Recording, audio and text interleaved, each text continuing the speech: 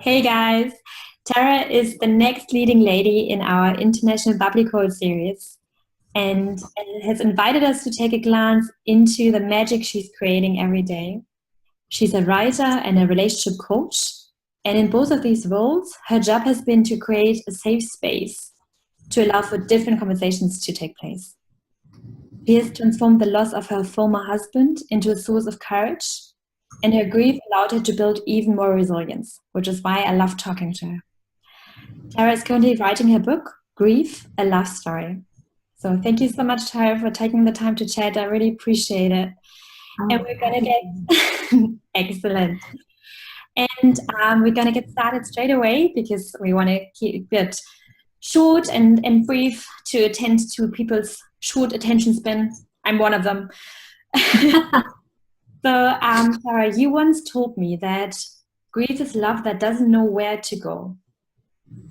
How do you think we can allow for our grief to pass and for the love to stay? Oh, wow. That's a very individual question. I think a big part of it is allowing. I think whatever is showing up to just show up and not labeling it as bad or good, as negative or positive. Just being with what shows up. And sometimes there's a duality to that. There can be intense sorrow, and then there can be joy a split second later, right? And so I think it's allowing both of those to be there and letting that love be, and perhaps giving way to a new way of loving with someone who is absent. Yeah, yeah, Perhaps it's in a ritual, perhaps it's in a gift you give yourself, but there are ways to shift that. yeah. Mhm. So for me, that sounds like learning to accept and learning to not self-judge, which is, I think, within grief or outside of grief, really valuable skills for sure. There's another Mhm. expression you coined for me that I love, which is mobilize your grief. So really, Yeah. yeah, right? Love it. So, with all the knowledge you have there, what do you think? Like, how can we make sense of our grief or for our grief to make sense? How does that work? Hmm.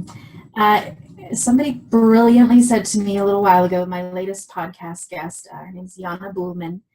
Um, she lost her husband through medical assistance and death. So she helped him to die Mhm. on purpose, essentially. And she said, my definition of grief is what is left after someone goes. And it's such a beautiful, hopeful question to look at. What is left for Yeah, me in the wake of this tremendous loss? And I think grief calls for us to grow. I think it calls for us to move ahead somehow, not move on, but move through, move with. And, I look at the marches that took place over the weekend with all of these brilliant, brave high school kids, and they mobilized their grief, right? They mobilized in such a powerful way. And not everyone is capable of doing that. Some people are catatonic by what happens in the world, and I get that, but some of us can be mobile. And so I think if we're able, we should move forward and make some changes with whatever is left for us. And that's a highly individual question to ask. And thank we all you. get something different. Yeah. Mm-hmm. The last question I've got on grief for you is the fact that you encourage others to take responsibility for their grief. You just, talked about that actually, about the mobilization part that grief has the potential to offer. And you used your grief to guide you in establishing a new life for yourself, you personally. And I just wonder whether you could briefly describe what that entailed for you. Mm.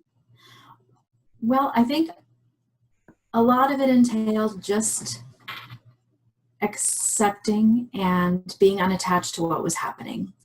To sort of, I would get some news, I would get something would happen, and I remember saying, oh, okay, so this is happening now, right? And just rolling with it, and then looking at what was left again, right? Looking at where I was. And, there was a point where I'd lost all of these people and my car and my dog, and life was completely different, right? And I looked at, what am I being shown? What feels good here? What feels right for me? And then moved accordingly. And really touching in with how I wanted to feel was critical, because it helped me go in that direction and to fill myself up with whatever it is I wanted, and to bolster myself that way. Yeah, I think too often we can be leveled by it. We can hide from it. We can avoid it. Whatever feelings are going on, or whatever is happening from the events in our lives. But I feel like I took it, I harnessed it and wrote it in a powerful way. Now that I look at it, it feels like it was a powerful thing for me, even though I was just trudging through peanut butter at the time. I love that expression. Right? Yeah, I think as soon as we've got courage, as soon as we've got resilience, we've got vulnerability. I mean, they seem to be so interlinked. There's so much research that points in that direction as well. What I find especially interesting is that you describe it like a sense of wonderment, almost like looking at the situation as if you were almost an outsider and asking yourself a question, what feels right now, where everything else just seems to have collapsed a little bit. So yeah, vulnerability and courage seem to be the best team again. Mm-hmm. The last thing I would like to ask you briefly is, Tara, you know, I've got one workshop format that I teach, which is called Wisdom from the Distance, How to Live Before We Die. Mm-hmm. And the idea is to tap into the knowledge of a future, smarter version of ourselves and give us some guidance as to how to lead our lives right now. Bearing your experience when it comes to the death of a loved one in mind, I'm especially interested in what your thoughts on this are. So imagine yourself at the end of your life. What one advice would you give yourself right now? Ooh, I would, this is surprisingly easy, because I see people at the beginning of this journey now, and I know what I would say to them. And it's kind of four things. It's slow down. Always slow down. Take rests, get off the ride when you need to, but slow it down. Don't be in a rush to be okay. And allow it, and that's such an important word, allow it to hurt. And yes, it's scary and it's painful and it hurts. That's why it's called hurt, but it's important work to do. And I think finally just be okay with not being okay. And we don't always have to right ourselves. We don't always have to be fine. We don't always have to do it ourselves. We're allowed to fall apart. And sometimes you find the most amazing things when you allow the falling apart, when you allow the hurt.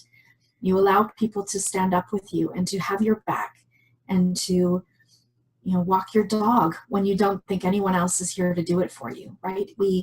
When we are vulnerable, when we are curious, when we allow ourselves to fall, that's where the real good stuff is. Grief is a gift. Yeah. Mm-hmm.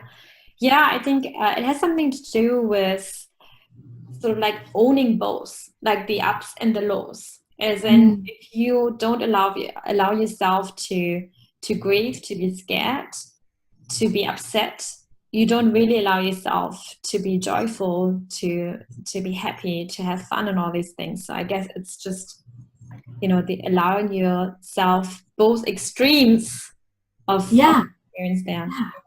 Yeah, and they all get to coexist, right? Happy and sad, and there's duality in each moment. There is.